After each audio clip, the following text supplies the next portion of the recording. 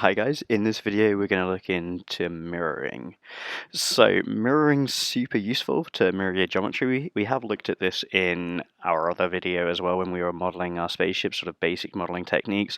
This video is sort of a dedicated video to mirroring, and we'll look at sort of other ways what's going on with the mirror tool here. So when you use mirroring is obviously to save yourself a lot of time. So when you've modeled one half of something, we are just going to mirror it right over to the other side there. There's no point in trying to do the same thing on both sides and getting everything completely accurate there. If we've done something awesome on one side, we can just mirror it to the other side there. Okay, so there's a few different ways we can access the mirror tool. Up on our polygon modeling shelf here, we can go over to the little button that looks like this one here, two little towers with a dashed line in the middle. We can also find it up here in mesh and mirror there.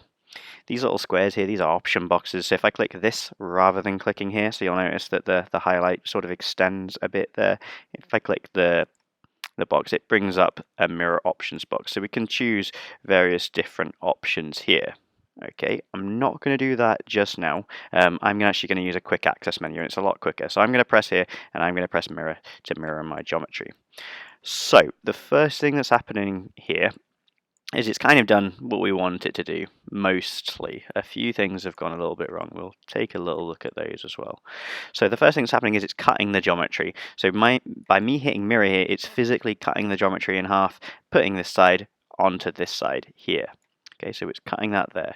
We're doing it on the world position. So what this means is if my object, let's step back, let's have a look at that. So if my object was, let's say, over here, and I hit that mirror tool, it's mirroring it about the world. It's mirroring it at the origin here.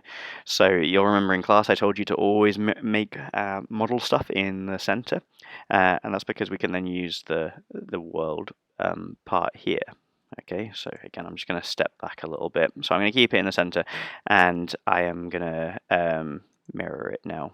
Okay, so it's now mirroring it on the z-axis here. So this happens to be the right axis for this one. Okay, probably because I've done it before. But we can mirror on any axis here, so we can change the axis. So x, it's now going to mirror it from this side to this side here.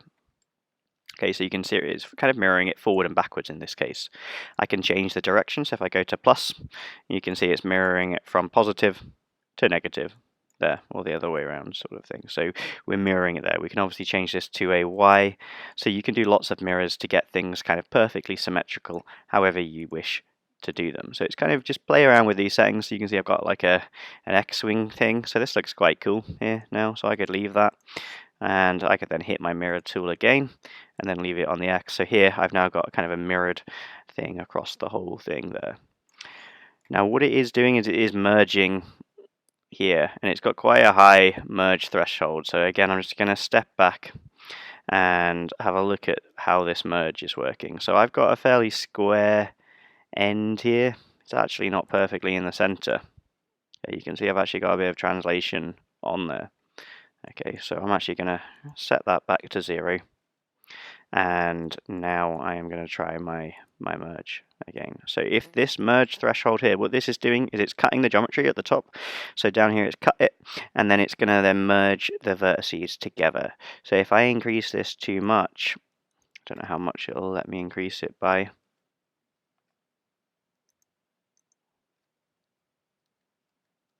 Okay, this isn't making too much difference here. If I increase it too much, it will actually merge too much there. So we'll end up with vertices merged together that we don't. So you just need to check this to make sure that vertices aren't merging together.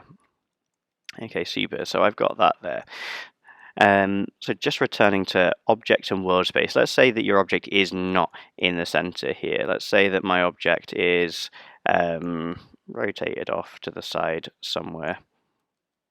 Okay, and if I hit the mirror tool now, obviously it's doing the same thing again, so it's mirroring it about that center point there. It's then merging those together. If I took those off, okay, it's not really making much difference in this case.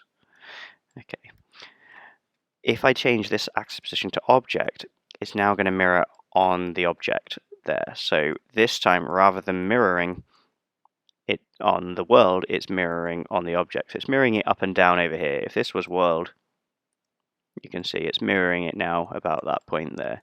So this quick access menu here is really, really useful for getting things how you want. You can also actually change the mirror angle physically yourself. So you can notice I can actually rotate this here. I can even move it. So you can see it's merging in there with everything that it's got. I could do. Okay, this isn't making too much difference at the moment there, how it's merging. Okay, so you can actually manually kind of rotate things and create your own mirrors yourself. Okay, so this concludes the video on mirroring. Thank you very much, guys.